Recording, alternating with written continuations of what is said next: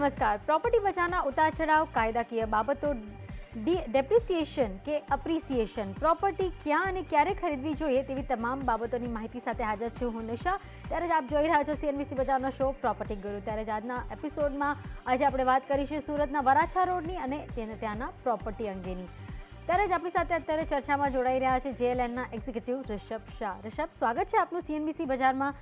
ત્યારે જ આપણે જાણીએ છીએ સુરત શહેરની આપણે ચર્ચા કરી હતી વચ્ચે, અને ખાસ કરીને સુરતનો જે બીજો વિસ્તાર છે જેને આપણે મુંબઈની ભાષામાં ઈસ્ટ વેસ્ટ કહીએ, તો બીજી બાજુ જે આવે છે એક છે વરાછા વિસ્તાર। આજે ખાસ કરીને આ વિસ્તાર પર આપણે ચર્ચા કરવા માગશું, કારણ કે વરાછા વિસ્તાર આપણે જોઈએ તો મોટે ભાગે માઇગ્રેટ થયેલા સૌરાષ્ટ્રીયન લોકો જે છે ત્યાં આવીને વસ્યા છે, અને કહી શકાય કે સુરતનું હાથ સમાન જે મેઇન બિઝનેસ છે ડાયમંડનું એ ત્યાં સ્થાન પામેલ છે। શું કહેશો?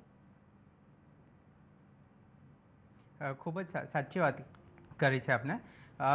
વરાછા એરિયાએ ઘણા સમયથી માઇગ્રેશન, જેમ તમે કીધું એમ સૌરાષ્ટ્ર એરિયામાંથી ઘણું જોવા મળ્યું છે। ઉપરાંત ડાયમંડ ઇન્ડસ્ટ્રી ઉપરાંત ત્યાં ટેક્સટાઇલ ઇન્ડસ્ટ્રીનો પણ એ જગ્યા ઉપર સમાવેશ થયો છે। વરાછા કહેવાય, કામરેજ કહેવાય, વરાછા કહેવાય, આપણે કતારગામ છે, ઉમરવાડા છે। સો એ બધા એરિયામાં ઘણા સમયથી ટેક્સટાઇલ અને ડાયમંડ ઇન્ડસ્ટ્રીઝનો ગ્રોથ થયો છે। એના કારણે ઘણા બધા એમ્પ્લોયમેન્ટ જનરેશન થયું છે, જેના કારણે આ વિસ્તાર ખૂબ જ રીતે ડેવલપ થયો છે in terms of population growth as well. ખરી વાત છે, તમે કામરેજની જ વાત કરી। જી વરાછા એરિયા જી બોલો। તે ઉપરાંત આપણે કામરેજ એ ઘણા સમયથી સુરતનો એન્ટ્રી પોઈન્ટ રહ્યો છે। નોર્થમાંથી જેટલા પણ આવનારા મુસાફર સુરતમાં એન્ટર કામરેજથી થયા છે, જેના કારણે વરાછા રોડ ને વરાછા વિસ્તાર જે કનેક્ટ કરે છે કામરેજ, સુરતના એન્ટ્રી પોઈન્ટ અને સુરતના મેઇન એરિયાને કનેક્ટ કરી રહ્યો છે। તે એ વસ્તુના કારણે પણ ઘણા બધું મૂવમેન્ટ આ એરિયામાં જોવા મળ્યું છે in terms of residential development, commercial development. So આ બધા રીઝનના કારણે ઘણા સમયથી વરાછા એરિયાનો ઇમ્પોર્ટન્સ વધી રહ્યું છે। ખરી વાત છે, તમે જે રીતે કીધું કામરેજ એક એન્ટ્રી પોઈન્ટ છે, તો અત્યારે ઘણા બધા એન્ટ્રી પોઈન્ટ થઈ ગયા છે સુરતના, પણ પહેલાં ફક્ત કામરેજ હતું ને કામરેજ ચાર રસ્તા એ ખૂબ જ પોપ્યુલર સ્પોટ હતો। ત્યાંથી આગળ આપણે જઈએ તો એ જે વિસ્તાર હતો એ આખો ખેતીલાયક વિસ્તાર હતો, ત્યાં ઘણી બધી ખેતી થતી હતી। પણ હવે જો તમે જુઓ, જો તમે સ્ટેશનની આ પાર આવો અને જો વરાછામાં તમે એન્ટ્રી લો તો તમને ઘણી બધી બિલ્ડિંગો બનતી દેખાશે। ઇવન તમને અત્યારે ખાસ મોટા મોટા બ્રિજીસ બનતા દેખાશે। સુરત એમ તો વખણાય છે, એને કહેવાય છે કે સિટી ઓફ બ્રિજીસ, અને એની એક ઝાંખી કહી શકાય કે વરાછા વિસ્તારમાં પણ જોવા મળી રહી છે। શું ત્યાં એક હાઈરાઇઝ બિલ્ડિંગનો ચલણ હજુ પણ છે કે નાની બિલ્ડિંગો અને બંગલાઓ ત્યાં વધારે જોવા મળે છે? નહીં, ઘણા સમય પહેલાં નાના બિલ્ડિંગ્સના નાના રો હાઉસીસ ને બંગલોઝ જોવા મળતા હતા, પણ છેલ્લા 5-7 વર્ષના ઇન્ટરવલમાં ઘણા બધા હાઈરાઇઝીસ પણ જોવા મળ્યા છે। હવે પહેલાં ડેવલપમેન્ટ હતું એ વરાછાના અને સુરતના રેલવે સ્ટેશનના નજીક સુધી સીમિત હતું। તે ઉપરાંત એના પછી હવે છેલ્લા 5-7 વર્ષમાં નાના વરાછા, મોટા વરાછા એ બધા એરિયા ડેવલપ થયા છે, જ્યાં નવા ડેવલપર્સ અંદર એન્ટર થયા છે, પ્લસ એ જગ્યા ઉપર સારા કેટેગરીના હાઈ એન્ડ રેસિડેન્શિયલ અપાર્ટમેન્ટ્સ પણ મુકાયા છે। તો આ હવે એવું સિચ્યુએશન થયું છે કે જ્યાં પહેલાં નાના રો હાઉસીસ ને લો રાઇઝીસના એ ટ્રેન્ડ છોડીને હવે હાઈ રાઇઝીસ પણ એ એરિયામાં જોવા મળે છે હમણાં। ચોક્કસ। ત્યારે જ આપણે જે રીતે વાત કરી રહ્યા છીએ સુરતના સ્ટેશનની પેલી પારનો વિસ્તાર વરાછા, જો જોવા જઈએ તો સુરત સ્ટેશનનો જે વિસ્તાર છે એ ખાસો કમર્શિયલ છે। ત્યાં આપણે જોયું છે બોમ્બે માર્કેટ સમાન એક મોટી ટેક્સટાઇલ માર્કેટ છે, જ્યાં તમને કહી શકાય કે સારા સસ્તા ભાવે તમને સાડીઓ મળે છે ટેક્સટાઇલ। ત્યાં તમને ઘણા બધા એવા કપડાં તમને લેવા મળી શકે છે ઓછા ભાવે, કારણ કે ઘણી બધી ટેક્સટાઇલ ઇન્ડસ્ટ્રી પણ આપણે જોઈએ છીએ કે સુરતમાં વસેલી છે।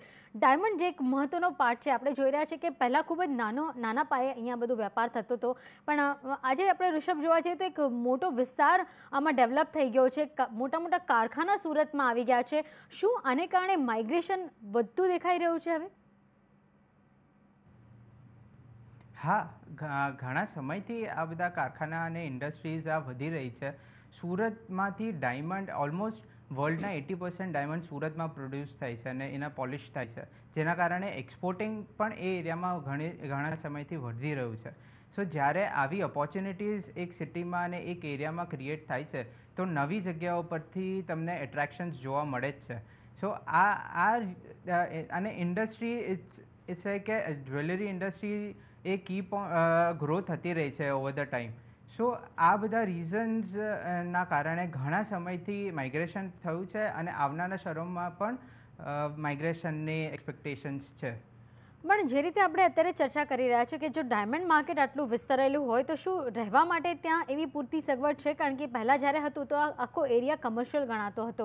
શું ત્યાં સ્કૂલિંગની એટલી ફેસિલિટી છે કે હોસ્પિટલ્સ એ બધું નજીક પડે છે? એવી બધી સુવિધાઓ હવે ડેવલપ થઈ ગઈ છે ત્યાં વરાછામાં? હા, તમે કીધું એમ ઘણી બધી નેશનલ ઇન્ટરનેશનલ લેવલની સેન્ટ્રલ બોર્ડ, ગુજરાત બોર્ડ એ બધા લેવલની સ્કૂલ્સ ત્યાં ડેવલપ થઈ રહી છે.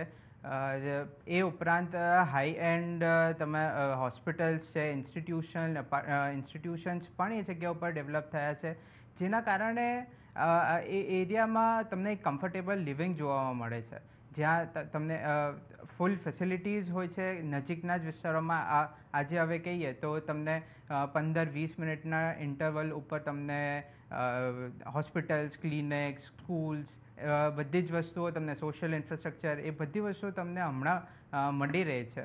એટલે છતાં પણ અહીંયા ગ્રોથ અને જેટલું કોન્સન્ટ્રેશન છે લોકોનું તે છતાં પણ પ્લાનિંગ એવી રીતના કરવામાં આવ્યું છે કે લોકોની બેઝિક નેસેસિટી એને ફૂલફિલ કરવામાં આવી છે. ચોક્કસ. ત્યારે જ એન્ટરટેનમેન્ટ તે ઉપરાંત જેમ તમે એન્ટરટેનમેન્ટની વાત થઈ તો આ એરિયામાં એન્ટરટેનમેન્ટના ઓપ્શન્સ ઓછા છે પણ છે. ત્યાં ટુરિઝમ ડેવલપમેન્ટ કરવામાં આવેલું છે, જે સરથાના ઝૂ છે, નેશનલ પાર્ક છે, એમાં ઘણું બધું ટુરિઝમ એટ્રેક્ટ થાય છે. એ ઉપરાંત એન્ટરટેનમેન્ટ ઓપ્શન્સમાં અમ્યુઝમેન્ટ પાર્ક છે, સ્વિમિંગ પૂલ્સ, એવી બધી ફેસિલિટીઝ ડેવલપ કરવામાં આવી છે. હવે ઇન ટર્મ્સ ઓફ સિનેમાસ એ જગ્યા ઉપર થોડાક ઓછા છે, બટ દેન જે જગ્યા ઉપર હાઈ કોન્સન્ટ્રેશન છે સિનેમાસ, થિયેટર્સનું, એ જગ્યા સુધી પહોંચવા માટે ગવર્મેન્ટે સારી ટ્રાન્સપોર્ટેશન ફેસિલિટી ડેવલપ કરી છે, BRTS નામક, જેનો એક પોઈન્ટ છે સરથાના જકાત નાકા અને એનું બીજે એ સુરતના એક બીજે ખૂણા ઉપર કનેક્ટ કરે છે, જે ડુમસ રોડ ઉપર કનેક્ટ થાય છે. ડુમસ રોડ ઉપર ઘણું બધું commercial as well as entertainment options એ જગ્યા ઉપર ડેવલપ થયા છે. સો પહેલાં એવું હતું કે જ્યારે આ ફેસિલિટી નહોતી તો ત્યારે આ વરાછા એરિયાથી એ સાઈડ કમ્યુટ કરવામાં જ ઘણો બધો સમય જતો રહેતો હતો. બટ આના BRTS આવ્યા પછી હવે ફક્ત 15થી અડધો કલાકના ઇન્ટરવલ પર તમે એ એરિયામાં પહોંચી જાઓ છો અને એઝ વેલ કે અને ટ્રાન્સપોર્ટેશન પણ એ કન્વિનિયન્ટ છે. ખરી વાત છે. જ્યારે વરાછા ખૂબ નાનો વિસ્તાર હતો ત્યારે કાંઈ પણ એન્ટરટેનમેન્ટ હોય તો અઠવા ગેટ અથવા જે પીપલોદ એરિયા છે ત્યાં ખાસ લોકો સવારથી આવતા, એન્ટરટેનમાં પોતે ફરતા હરતા, ખાઈ પીને સાંજે પાછા ઘરે જતા. તો હવે જે જોવા જઈએ, જે રીતે તમે વાત કરી કે એક ઝૂ બની ગયું છે, એક સારા લેવલનું ઝૂ બની ગયું છે, એન્ટરટેનમેન્ટ ફેસિલિટી થઈ ગઈ છે અને ઇવન હવે આપણે જોઈ રહ્યા છીએ રિસોર્ટ્સ પણ એ બાજુ ઘણા આવી રહ્યા છે.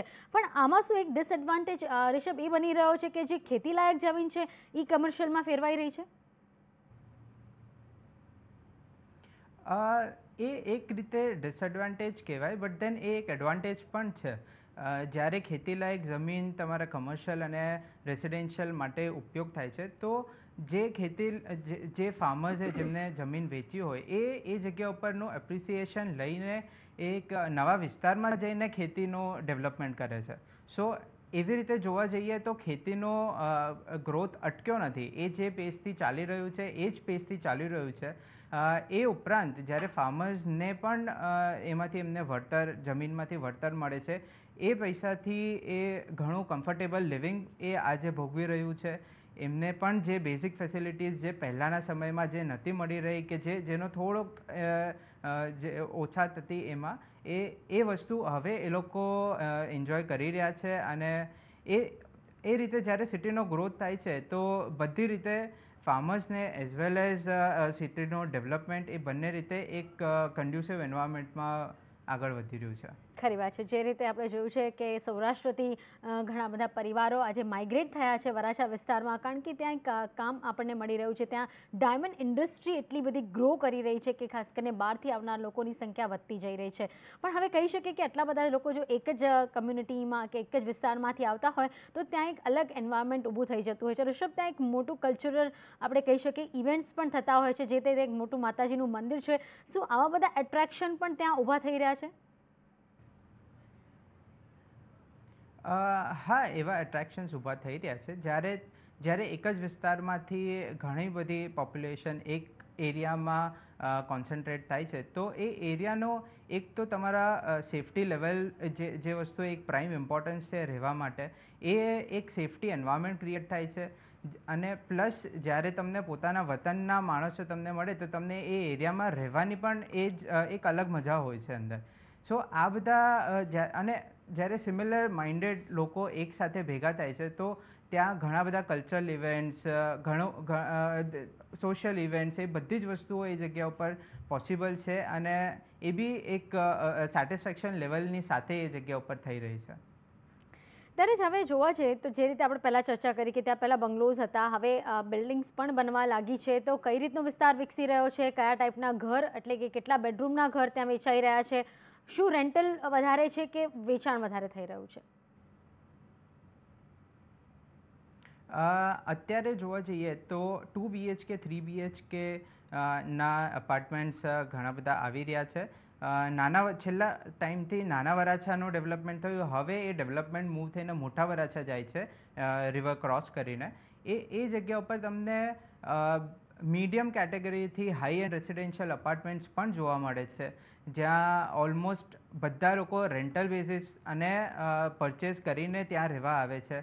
હવે જ્યાં હાઈ એન્ડ રેસિડેન્શિયલ અપાર્ટમેન્ટ્સની જ્યારે વાત કરીએ તો ઘણી બધી ફેસિલિટીઝ એ લોકો આપતા હોય છે, જેમ રિવર વ્યૂઝ હોય છે, તમને club facility, swimming pool, gym, એ બધી જ ટાઈપની ફેસિલિટીઝ એમાં અપાર્ટમેન્ટ્સમાં મળી રહી છે અને એવા અપાર્ટમેન્ટ્સ ત્યાં અવેલેબલ છે.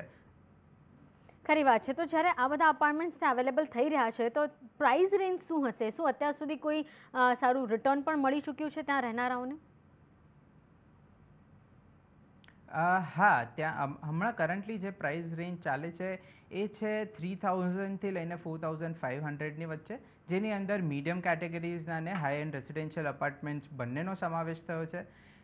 અને થોડા સમય પહેલાં જ્યારે પ્રાઇઝીસ ત્યાં એટલા નહોતા, જ્યારે ડેવલપમેન્ટ આમ મૂવ થયું છે, તો એ ટાઈમના જે ટાઈમે જે લોકોએ ઇન્વેસ્ટ કર્યું છે ત્યારથી અત્યાર સુધીમાં એમને અપ્રોક્સિમેટલી 30-40% રિટર્ન્સ મિનિમમ એમને મળ્યું છે. સો જ્યારે ઇન્વેસ્ટમેન્ટ પર સે આપણે વાત કરીએ તો એ એરિયામાં ઘણું સારા ઓપોર્ચ્યુનિટીઝ છે જ્યાં ડેવલપમેન્ટ આવ્યું છે અને હજુ પણ એ જગ્યા ઉપર એટલી જ ઓપોર્ચ્યુનિટી છે બિકોઝ કે એ એરિયાનો એક ત્યાં એન્વાયરમેન્ટ જ એવું છે અને જ્યાં ડિમાન્ડ તમારી વધવાની જ છે એ જગ્યા પર. ખરી વાત છે. પણ હવે કેટલા ડેવલપમેન્ટ આગળ વધી રહ્યા છે? શું પહેલાં જે રીતે આપણે વાત કરતા હતા કે ઝૂની આસપાસનો જ વિસ્તારમાં રહેણાંક છે, કે હવે એનાથી આગળ પણ બાંધકામ આગળ વધતા દેખાઈ રહ્યા છે? કેટલો વિસ્તાર આગળ વિસ્તરી ચૂક્યો છે? શું કામરેજ સુધી પણ હવે બિલ્ડિંગો બનવાની શરૂઆત થઈ ગઈ છે? હા, સાચી વાત કરી તમે. હવે કામરેજ સુધી પણ ડેવલપમેન્ટ આવી ગયું છે અને જેમાં કોઈ લોકલ લેવલના ડેવલપર્સથી લઈને રિજનલ લેવલ, જે ગુજરાત લેવલ ઉપર કામ કરતા હોય છે, મલ્ટિપલ સ્ટેટ્સમાં કામ કરે છે, એવા લેવલના ડેવલપર્સનું પણ ત્યાં પ્રોજેક્ટ્સ લોન્ચ થઈ રહ્યા છે. એ ઉપરાંત હવે જોઈએ તો ત્યાં નોર્થ સાઈડમાં મોટા વરાછાથી નોર્થમાં એક નવો એન્ટ્રી પોઈન્ટની સંભાવના જોવામાં મળી રહી છે. ગોથાણ નામક જગ્યા પર એક રેલવે ઓવરબ્રિજ બની રહ્યો છે, જેના કારણે હવે નેશનલ હાઈવેથી સુરતના વેસ્ટર્ન પોર્શનની એ કનેક્ટ કરી કાઢશે. સો એ બધા રીઝનના કારણે એ જગ્યા ઉપર પણ હવે ઘણી બધી રો હાઉસની સ્કીમ્સને એ બધી વસ્તુઓ ત્યાં મુકાવવામાં આવી છે, જેના કારણે એ એરિયાનું ડેવલપમેન્ટ હવે વધી રહ્યું છે. સો આ બે એરિયા એવા છે જે જગ્યા ઉપર હવે આ ડેવલપમેન્ટ આગળ વધી રહ્યું છે. ત્યારે જ હવે આપણે આગળ વધીએ. જે રીતે આપણે સુરતની ઘણી ચર્ચાઓ કરી, જે રીતે સુરતનો આ વરાછા વિસ્તાર જે રીતે ડેવલપ થઈ રહ્યો છે, ચોક્કસ ત્યાં એક રહેવા માટે એક સારી બિલ્ડિંગો અને વિસ્તાર પણ ડેવલપ થતો આપણને જોવા મળી રહ્યો છે. હવે આપણા કોલર એટલે કે આપણા જે રોકાણકારો છે એમની સાથે વાત કરીએ, એમની મૂંઝવણોનો ઉકેલ મેળવીએ. ઋષભ આપણી સાથે જોડાઈ ગયા છે. સોહમ પટેલ સુરતથી આપણી સાથે જોડાયા છે. સોહમ, પૂછો સવાલ. સોહમ, આપને અમારો અવાજ આવે છે? જી, પૂછો સવાલ આપનો.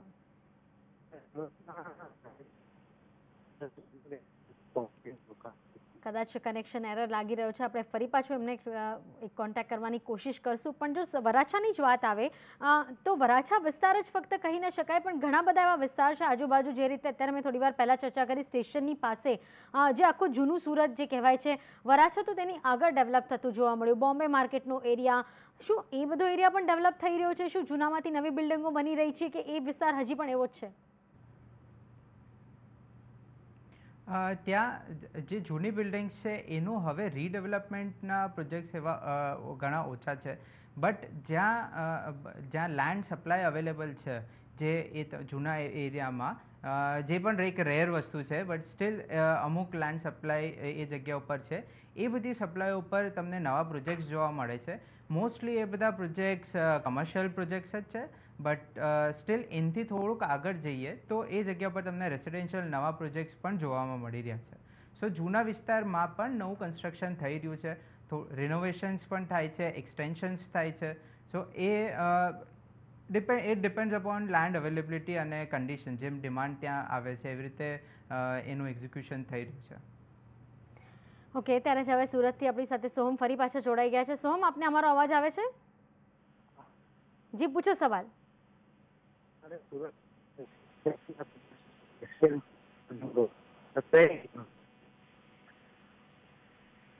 આપણે ફરીથી એમને ટ્રાય કરશું આગળ જોડવાની, એમની સાથે ચર્ચા કરીશું. પણ અત્યારે હવે બીજો આપણી પાસે એક ઈમેલ આવ્યો છે, એના પર એકવાર જોઈ લે. તો આ ઈમેલ આપણને આવ્યો છે ઓસ્ટ્રેલિયાથી, જ્યોતિનો. જ્યોતિ, ખૂબ ખૂબ આભાર. ઓસ્ટ્રેલિયામાં રહીને પણ તમે અમારો કાર્યક્રમ જુઓ છો, એ ખાસ અમારા માટે કોમ્પ્લિમેન્ટ છે. જ્યોતિનો સવાલ છે કે હું ઓસ્ટ્રેલિયામાં રહું છું, મારી દીકરી સુરત રહે છે. મારે મારી દીકરીને સુરતમાં પ્રોપર્ટી ગિફ્ટ કરવી છે, તો સુરતમાં પોશ વિસ્તાર ક્યાં છે અને મારું બજેટ કેટલું હોવું જોઈએ, શું કહેશો? સુરતમાં જ્યારે તમારે પ્રોપર્ટી ગિફ્ટ કરવી છે તમારા ડોટરને, સો પોશ એરિયાની જ્યારે વાત કરીએ તો સુરતમાં 3-4 લોકેશન્સ છે જે ઘણા રિસન્ટલી એ ડેવલપ થયા છે. એક છે ડુમસ રોડ ઉપર, જે પીપલોદથી આગળ જઈએ એ જગ્યા ઉપર સારા હાઈ એન્ડ રેસિડેન્શિયલ અપાર્ટમેન્ટ્સ ત્યાં બન્યા છે. બીજું છે જે વેસુવાળો એરિયા છે એ જગ્યા ઉપર છે. પ્લસ પાલ સાઈડમાં પણ એ જગ્યા ત્યાં રેસિડેન્શિયલ ડેવલપમેન્ટ્સ અને એ જગ્યા પર ત્યાં થયું છે. ઉપરાંત આ રેસિડેન્શિયલ ડેવલપમેન્ટના એના કોમ્પ્લિમેન્ટ કરવા માટે ત્યાં ઘણી બધી સોશિયલ એન્ટરટેનમેન્ટ ઓપ્શન્સ ને એ બધા એ વિસ્તારમાં ખૂબ જ રીતે ડેવલપ થયા છે. સો જ્યારે તમે ગિફ્ટ કરવા માંગો છો તો એ એરિયા આઈ ગેસ એ વધારે અપ્રોપ્રિએટ રહેશે. અને અપ્રોક્સિમેટલી તમારે ડિસન્ટ એરિયામાં તમને અપાર્ટમેન્ટ્સ 40 to 70 લાખની વચ્ચે તમને મળી રહેશે. ઓકે, એટલે 40-50 લાખમાં તમને આ વિસ્તારોમાં એક સારું એવું ઘર મળી રહેશે. જે રીતે અત્યારે સુરત વિસ્તાર વિસ્તરી રહ્યો છે, જે રીતે વરાછાની વાત કરી રહ્યા છે કે વરાછા વિસ્તાર કામરેજ સુધી વિસ્તરી ગયો છે, એ રીતે સુરતનો આ સ્ટેશનને પેલી પારનો જે વિસ્તાર છે, જ્યાં તમને પોશ એરિયા જોઈએ છે, તો એ પીપલોદથી શરૂ થઈને તમને ડુમ્મસ સુધી મળી જાય છે. જે રીતે અત્યારે વેસુની વાત કરી, ત્યાંથી તમને હાઈવે પણ કનેક્ટ થાય છે. એટલે તમે જો સચિન બાજુથી આવતા હો તો તમને મુંબઈ જવામાં ઘણી સરળતા પડે છે. તો આ બધા કનેક્ટિંગ હવે જે એન્ટ્રી પોઈન્ટ્સ બની ગયા છે, એના કારણે આ બધા જે એરિયા છે ખાસા ડેવલપ થતા જોવા મળ્યા છે. તો આગળ વધીએ. સુરતથી ડૉક્ટર નિકેશ દાવડા આપણી સાથે જોડાય છે. નિકેશજી, આપને અમારો અવાજ આવે છે? હા, આવે છે. જી, પૂછો સવાલ આપનો. ગુડ આફ્ટરનૂન, ડૉક્ટર નિકેશ બોલું છું સુરતથી. હવે સુરતમાં અલથાણ એરિયા છે, ત્યાં એક નવી પ્રોપર્ટી મેં બુક કરાવી છે. હજી તે કોમર્શિયલ પ્રોજેક્ટ છે, હજી બનવાનું ચાલુ નથી થયું. બુકિંગ કરાવ્યું છે, પણ બુકિંગ અમાઉન્ટ આપ્યા પછી અત્યારે મને ધ્યાનમાં આવ્યું છે કે પહેલાં એ રેસિડેન્શિયલ પ્રોજેક્ટ હતો, એના માટે એને ક્લિયરન્સ થઈ ગયું હતું, ને પછી બિલ્ડરે એને કોમર્શિયલ પ્રોજેક્ટ માટે લીધું છે. પણ કોમર્શિયલ પ્રોજેક્ટ માટે જે એને રિવાઇઝ કરવાનું આવે તે રિવાઇઝ હજી થયું નથી. તો તમારા હિસાબે મારે આ પ્રોજેક્ટમાં કેટલો રેટ કરાય, મારે પ્રોજેક્ટ કન્ટિન્યુ એટલે પેમેન્ટ આપવાનું ચાલુ કરી રાખવું જોઈએ કે પછી મારે વિથડ્રો કરી લેવું જોઈએ? બરાબર છે, એટલે તમે થોડીક અમાઉન્ટ આપી દીધી છે અને તમારા એ પૈસા પણ ન અટકી જાય. શું કહેશો રિષભ? જેમ તમે કીધું અલથાણ વિસ્તારમાં તમારું ઇન્વેસ્ટમેન્ટ છે. અલથાણ વિસ્તારના ફ્યુચર પ્રોસ્પેક્ટ્સ એ જગ્યા ઉપર સારા છે. ત્યાં ઘણા બધા ગવર્મેન્ટ ઇનિશિયેટિવ્સ એ જગ્યા ઉપર લેવામાં આવ્યા છે, પ્લસ ત્યાં કનેક્ટિવિટી સારી છે. સો એ બધી એ પોઈન્ટ ઓફ વ્યૂથી આપણે જોઈએ તો એ એરિયાનું પ્રોસ્પેક્ટ વધારે છે. હવે જ્યારે આપણે વાત રહી અપ્રુવલ્સની, તો આમાં હોલ્ડ ઓન કરો કે તમે એક્ઝિટ કરી લો, તો એમાં ઘણા બધા ફેક્ટર્સ ઇન્વોલ્વ છે, જેમાંથી 2-3 વસ્તુઓ એ છે કે તમારા ડોક્યુમેન્ટેશન્સ કેવી રીતે થયા છે ડેવલપર સાથે, ડેવલપરની ક્રેડિબિલિટી કેવી છે. સો અને પ્લસ તમને એ રેસિડેન્શિયલ પ્રોપર્ટીમાં તમારું ઇન્વેસ્ટમેન્ટ છે, બટ ધેન આ કમર્શિયલમાં કન્વર્ટ થઈ રહ્યું છે. સો નોર્મલી ટિપિકલી કમર્શિયલ પ્રોજેક્ટમાંથી તમને રિટર્ન્સ સારા એવા મળશે કમ્પેરેટિવ ટુ રેસિડેન્શિયલ. સો અગર તમને મારી એડવાઇસ તમને એવી છે કે તમારા એક કોઈ પણ લીગલ એડવાઇઝર હોય એમની સાથે એકવાર ચર્ચા કરો, જ્યારે તમે તમારા ડાઉનસાઇડ્સ થોડા પ્રોટેક્ટ કરી લો, અને ઇફ તમને એ તમારું જે ઇન્વેસ્ટમેન્ટ અમાઉન્ટ છે એની તમને હાલમાં કોઈ જરૂરત ના હોય, તો આઈ વુડ સજેસ્ટ કે તમે એ ઇન્વેસ્ટમેન્ટમાં હજુ હોલ્ડ ઓન કરો. એમાં તમને સારું એવું રિટર્ન્સ આગળ જઈને મળશે. ઓકે મિસ્ટર ચાવડા, ખાસ કરીને અમારો શો તો તમારા ઇન્ફોર્મેશન માટે જ હોય છે, એટલે જ્યારે આપણને લાગે કે આમાં આ બધી વસ્તુમાં તો હું એમ જ સોલ્વ કરી લઈશ, પણ આ બધી ઘણી ગૂંચવાડાપૂર્વક કહી શકાય કે મેટર હોય છે, તો એમાં એક કાનૂની સલાહ ખૂબ જ જરૂરી હોય છે. તમને લાગશે થોડા પૈસા વેડફાશે, પણ આ તમારા સારા માટે હશે, એટલે એક કોઈ સારા પ્રોફેશનલ પાસે તમે જઈને લીગલ સલાહ લઈ લો, જેથી તમને આગળ જતાં તમારા પૈસા પણ અટકે નહીં, કારણ કે આ એક ડેવલપિંગ વિસ્તાર છે. જો ત્યાં રેસિડેન્શિયલ છોડીને તમને કમર્શિયલમાં તમે શિફ્ટ થઈ રહ્યા છો, તો એક સારી વસ્તુ છે કે ત્યાં તમને અર્નિંગ માટે એક નવા સ્કોપ ખુલી જશે. આગળ લગભગ 2-3 વર્ષ લાગી શકે એના માટે, પણ આગળ સારા સ્કોપ છે. પણ એના માટે એકવાર લીગલ તમે સલાહ લઈને આગળ વધો તમારા લીગલ લોયર પાસેથી કે કોઈ ખાસ સલાહકાર પાસેથી, તો વધારે સારું રહેશે, કારણ કે તમારા પેપર્સ જોઈને એ વધારે તમને સારી સલાહ આપી શકશે. તો આ અમારો કાર્યક્રમ જોવા માટે સારું, ને અમે પણ અમારા લીગલ જે શોઝ હોય છે એમાં તમારો પ્રશ્ન ચોક્કસ અને ઉકેલવાનો કોશિશ કરીશું. ત્યારે જ આગળ ઈમેલ આવ્યો છે જાનકીનો પોરબંદરથી. તેઓ પૂછી રહ્યા છે કે નોકરીને કારણે અમારે સુરત શિફ્ટ થવાનું છે. સુરતમાં મારા પતિની ઓફિસ વરાછા રોડ ઉપર છે, તો સુરતમાં અમારે કયા વિસ્તારમાં ઘર ભાડે લેવું જોઈએ અને એને માટે એગ્રીમેન્ટ ક્યાં કરવું પડે છે, અને કયા વિસ્તારમાં ઓછા ભાડામાં સારું ઘર મળી શકે? રિષભ. અગર તમારો વર્ક પ્લેસ વરાછા રોડ ઉપર છે, તો આઈ વુડ એડવાઇસ કે તમે એ જ એરિયામાં તમે કશેક લો, જેમાંથી ઓપ્શન્સ તમને પર્વત પાટિયા છે, નાના વરાછા, મોટા વરાછા, એ એરિયામાં તમે જશો તો હમણાં તમને સારા રેટ ઉપર તમને રેન્ટલ ઉપર તમને મકાન મળી રહેશે. રહી એ વાત તમને અગ્રીમેન્ટની, તો agreement it is equally important કે તમે પ્રોપર એનું અગ્રીમેન્ટ કરાવો. સો એક નોર્મલી 11 મહિનાથી 12 મહિનાની વચ્ચેનો ભાડાપટ્ટા ઉપર અગ્રીમેન્ટ થતો હોય છે, એનું નોટરાઇઝ થાય છે, અને એ નોટરાઇઝ થઈને એ ડોક્યુમેન્ટ્સ તમારી જોડે સંભાળીને રાખજો. પ્લસ ત્યાં જે બીજી ફોર્માલિટીઝ હોય એ નજીકના પોલીસ સ્ટેશનમાં જાણ કરવાની હોય છે કે તમે આવી રીતે અહીંયા ભાડા ઉપર રહો છો. સો આવા સેટ ઓફ સ્ટેપ્સ છે જે તમે ફોલો કરો અને એવી રીતે તમે આગળ વધજો. ચોક્કસ. તો અત્યાર સુધી મને લાગે છે સુરતના દર્શક મિત્રોની આ ક્વેરીઝ તો ચોક્કસ સોલ્વ થઈ ગઈ હશે. અને રિષભ, આપનો પણ ખૂબ ખૂબ આભાર અમારી સાથે આ ચર્ચામાં જોડાવા માટે. ત્યારે જ પ્રોપર્ટી સંબંધિત માહિતી માટે તમે અમને ફક્ત પ્રોપર્ટી ગુરુ લખી 51818 પર મેસેજ કરો, અથવા અમારા ઈમેલ એડ્રેસ propertyguru@network18online.com પર તમારો પ્રશ્ન સાથે તમારું નામ લખી જવાબ મેળવી શકો છો અમારા ખાસ કાર્યક્રમ પ્રોપર્ટી ગુરુમાં, અથવા અમારા official page Facebook page www.facebook.com/CNBC બજાર પર પણ તમે અમને ફોટો અપલોડ કરી સવાલ પૂછી શકો છો. તો હાલે આટલું જ. વધુ ખબરો માટે જોડાયેલા રહેજો CNBC બજાર સાથે. નમસ્કાર.